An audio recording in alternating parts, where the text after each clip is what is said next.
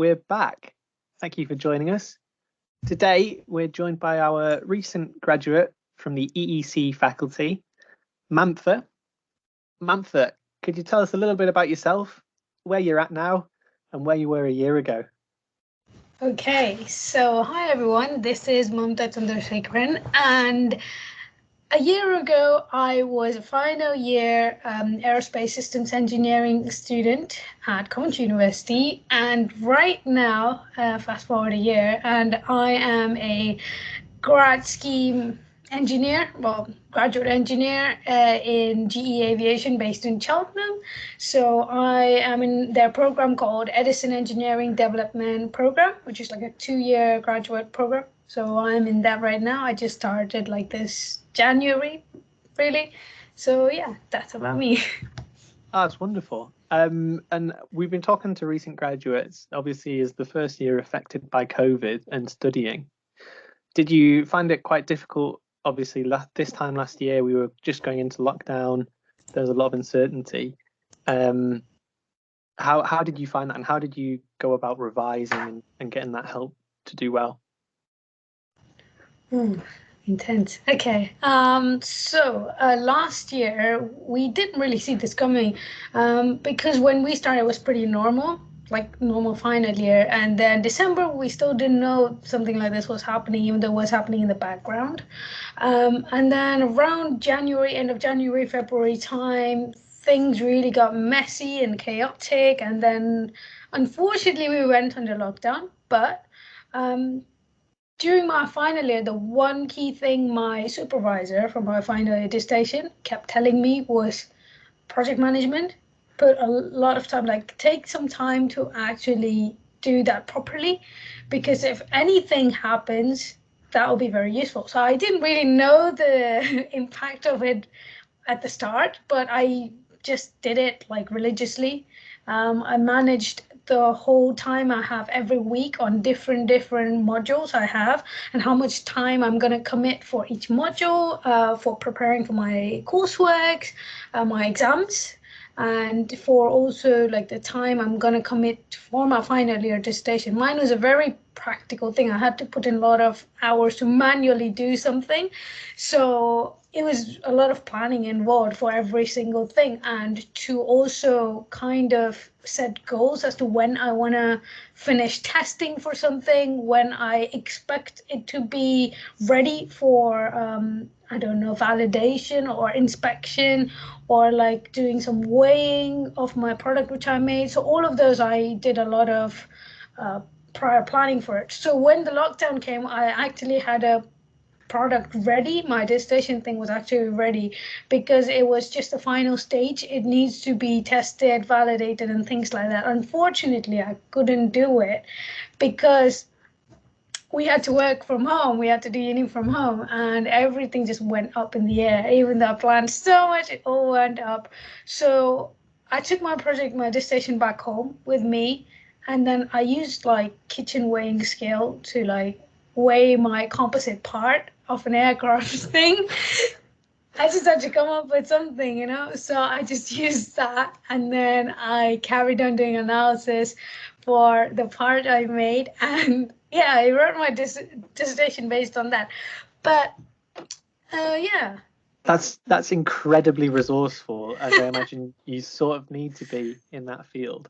Yeah. And you mentioned actually in the introduction that you're part of a 2-year graduate scheme for GE Aviation. I am a bit of a simpleton and know nothing about engineering as a whole, let alone that field. But how did you find it applying for things after graduation? Was there any difficulties? And if there's any advice you could give to graduates who might be interested in going into the engineering field? Yeah, of course. So with my job application process, I normally tend to be ahead of the application process.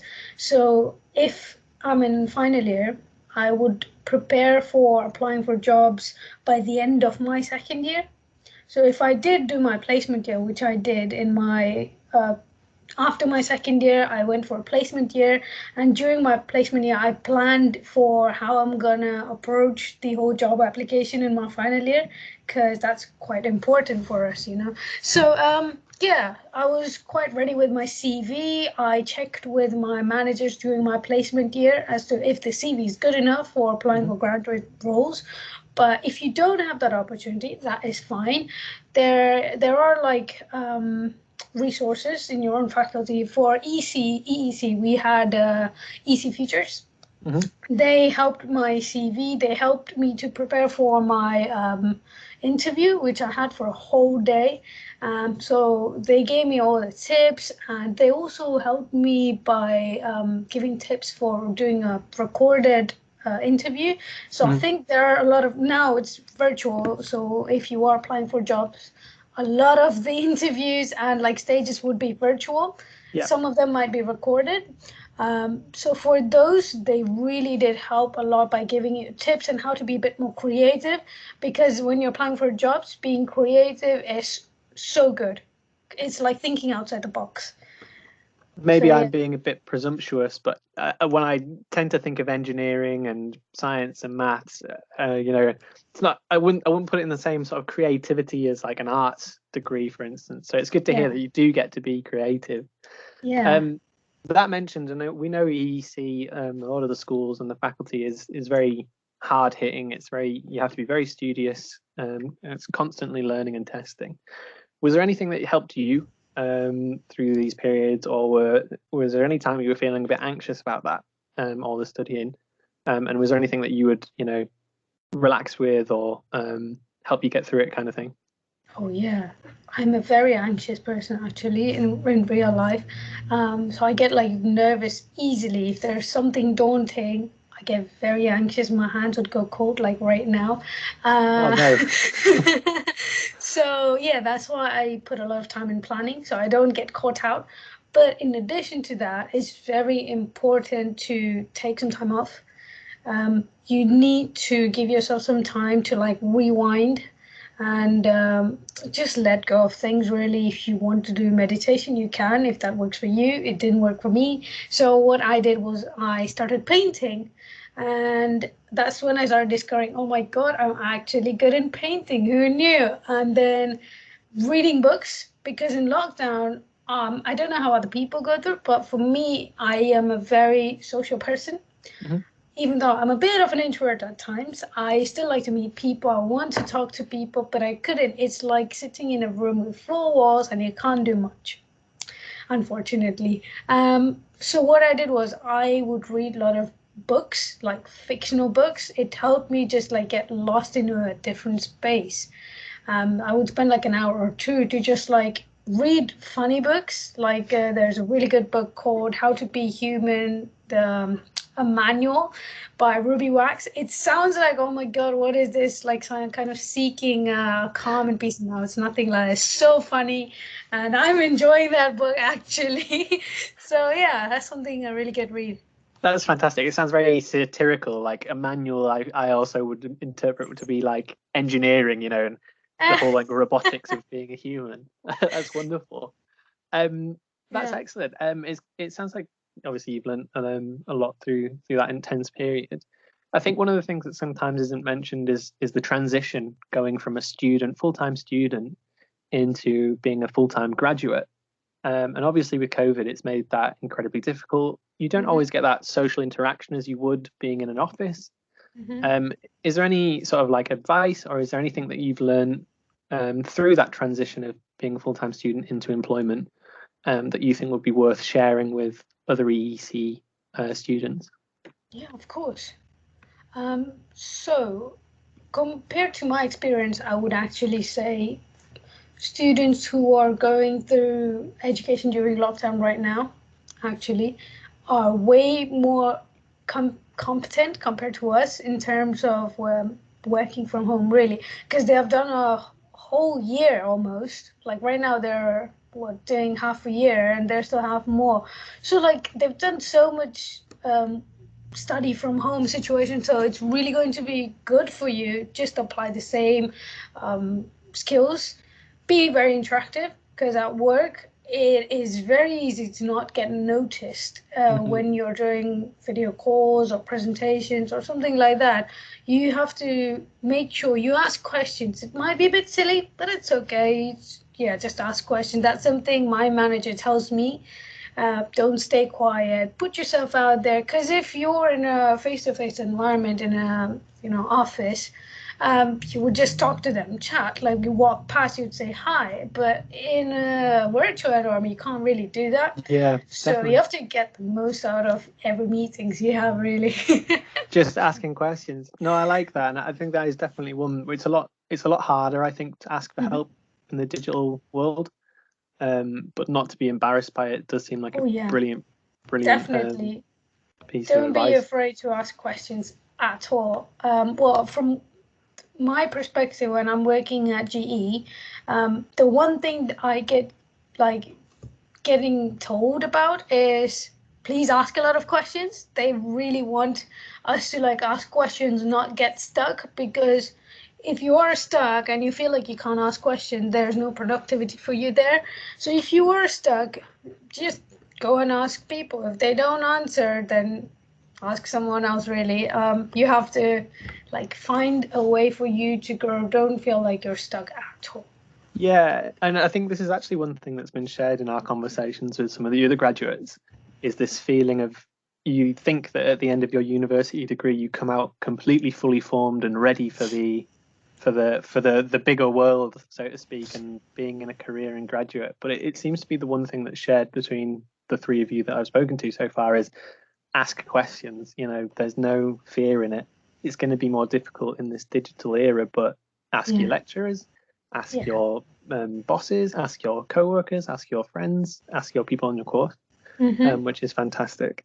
Yeah, I think, I'd like to add to that if you don't mind. Yeah, of course. So the one thing I always thought, and I still think is true, is when you're doing, well, in EEC at least, when I'm doing a course, when I did aerospace systems engineering, you do learn a lot and you feel like, oh my God, I'm learning so much things. I'm going to be so skilled. Like you said earlier, we think that. But then when you actually go to an industry, it's a bit different. Like you feel like, oh my God, what did I study for the past 4 years? Like, where is that going to be used? But really, the things you learned for the past 4 years are going to form as basics for you to like grow on. So even when you go to work, you still have to learn. It's not going to stop after uni. So nobody's going to like say, no, you can't grow. They will help you grow. Yeah. That's great. And I think would you say that's slightly daunting, or is that something that's come with a bit of ease? Is knowing that, yeah, I'm still going to learn. I'm still learning. Was there any worry of that when you were applying for jobs, thinking maybe like, oh, I'm not qualified for this, or oh, they won't like my work, kind of thing? Well, yeah, when I was applying for a job, I was really nervous. I thought I was not good enough for that job. But then I think that is something all of us feel when we're applying for a job, because we don't know what that job really entails. There is a certain description for the job, but we don't know how it's going to be. And I was very scared maybe I was not good enough. And oddly, it works out so far. That's So perfect. it is okay. That's great to hear. Just give it a go, and if it works, it works. And I know there's like a lot of people who might be applying and might not be getting replies. There's a lot of my own friends who are very close, and they still go through that every day. They still are struggling to find a job, but there are still opportunities out there. And with the whole lockdown situation, the job prospects have gone down and the competitiveness for it has gone high because there's a lot of people applying for the same type of job. So when it comes to that, don't feel like you're not good enough when someone says, no, we can't give you the job. They've lost out on you. So there's just so many other companies who can get you. So don't you worry about that. Yeah, and again, that's been shared by all of the graduates we've spoken to. Before we started recording, me and you were just having a quick chat, and you mentioned that one of the points you'd like to talk about was your experience as an international student, and some of the issues or some of the the advice that you'd like to give to other international students? Is that something you'd like to talk about? Yes, I do actually. So me being an international student, though there are some things which home students also go through, there are similar things which international students go through, but sometimes it can feel like it's more than what others are experiencing, and I can understand that because as an international you can't go home. You can't just take a car and drive up and stay with your parents. That is not possible, so I can totally get you from that perspective. And it can be quite hard to like just get along with life here when everyone's gone to their home and you're just there in the whole house by yourself. It can be very daunting. So try to like stay on calls with your families back home if you could do that.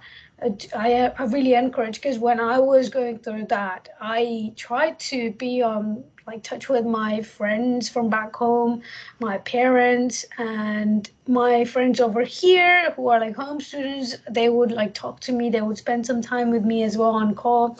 So I tried to do those things. That helps, and get a routine. I know things can be bad right now, but they will be good later on. And once things go back to normal, we can go and visit our family, and it's going to be amazing. So try to keep a routine. Try to like learn as much as you can. Learn as in not like educational purpose. You can still learn like drawing, sketching, painting, whatever you want. You can try to like enjoy the time you have. It's like especially after graduation, you won't even have coursework to do. So that can be boring, but it's how you make out of it. So try to get as much experience as you can with that. And visa, that's a big topic which normally doesn't get talked about. It can be very complicated with visa, especially right now. Because when I was applying for a visa, I got a job, and the company was sponsoring me. GE was sponsoring me for my visa, and they were helping me for my visa as well. And there are some companies who don't, but fortunately for me, they helped. Even though all of that went into, my visa was delayed by like 4 or 5 months. Yeah. Oof. The application went from end of July to December actually. So I didn't really get my visa in my hand until then. So I was very stressed out. Like, am I gonna get my job or not? Because like I have it, but I won't be able to start until I get my visa. So it's like a dilemma for you. You're just confused, and it can be very stressful emotionally and physically. You're just like, I don't know what's happening. Waiting for 5 months, just not knowing anything, can be daunting. But the only thing you can do is just wait, unfortunately. And I've been through it, and it is okay, especially if the company is trying to help you with it. It normally turns out okay. So try to stay in touch with your, I don't know, recruiter the whole time, just to like make sure everything's going okay. Once in 2 weeks, touch bases with them and ask like, how's it going? Do you know anything about it? So keep in touch with Visa about those things. Yeah, that's what I would say. No problems. Did you use any of the university services, or was there any assistance from there outside of the university, for instance, with assistance with the visa? Well, I didn't, because my company did the whole visa thing, so Okay. I didn't have to like rely on university. But during my university, when I was doing my coursework and things, I did rely on for my education. I had to rely on a lot of resources, which I forgot to tell about actually. For engineers, we need a lot of papers, patents, and all those things for our dissertation, right? And even for our courseworks.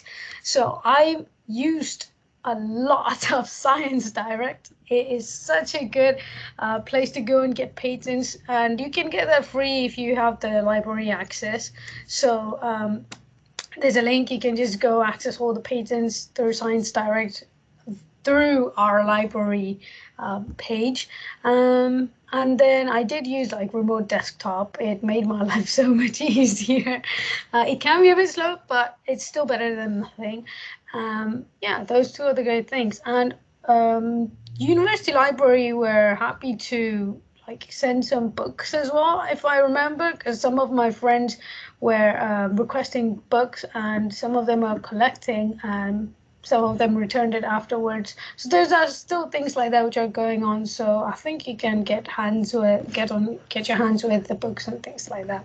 Yeah, perfect. That's a lot from the educational side of you, but one of the accomplishments that we've not really discussed is that I believe you and a few of your peers created the Women in Engineering Society. Yeah. And I imagine that was a bit of a labour of love, but also a great way to sort of meet new people, I imagine. Would you recommend that to, obviously, making new friends has been a bit more difficult during lockdown, but for returning students maybe in their first year or second year who've not had that chance, is there any advice around joining societies or creating societies even that helped with you? Yeah, actually. And your studies? Yeah, definitely. Well, unlike the current cohort, during my cohort, we at least had like 6 months to like bond with people.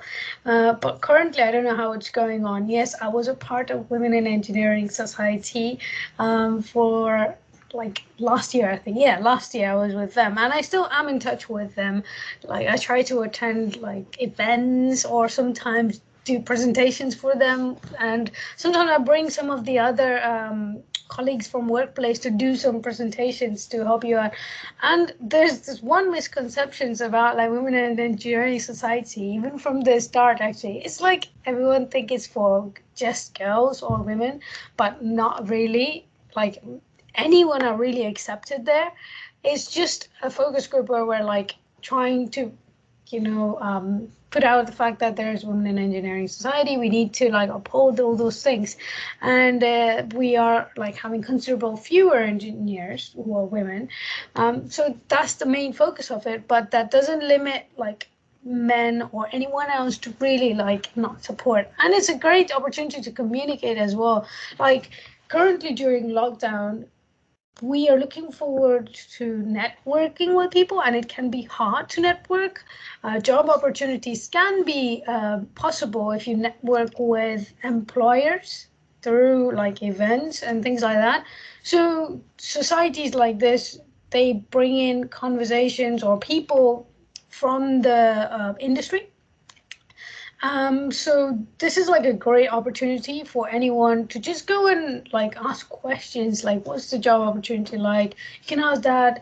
And I know that West, which is Women in Engineering Society, do like CV support, and they bring industry professionals to help with cover letters and their perspective of how you can like do good in your interviews and things like that. We are also, I think, Women in Engineering Society also works with EEC Futures with the supports like that. So it's a really good opportunity for everyone to like make use of, I think, really. Oh, excellent. Yeah, it's good. And I mean, student-led projects are always so exciting because there's the labour of love and there's that connectivity between students. I think we're just running low on time. So is there anything you'd like to, leave with us and leave with any EEC students who are listening in? What specifically? I don't know. Not a problem. I don't think there's anything else. I think I've covered everything. I know that UEC students can do really well. I know it can be hard as well with not able to access labs and things, but just like remember that you are doing this degree under lockdown. So that's like a gold medal for you or something, Like you can say like, oh, I did a degree while World War I was going on, something like that. So it's okay. Keep trying to do your best. If you do have emotional stress or any mental health related things, go and seek help from university mental health support, because I know I had to go and use that support, and it's okay. So yeah, so I would say feel free to get in touch with the right people, and yeah, just try to stay happy. Aren't we all? So thank you very much for joining us, Mamtha. Congratulations on your graduate role. Thank you. And we'll hopefully see you around in the Women in Engineering Society soon. Yeah, thank you. All right. Bye.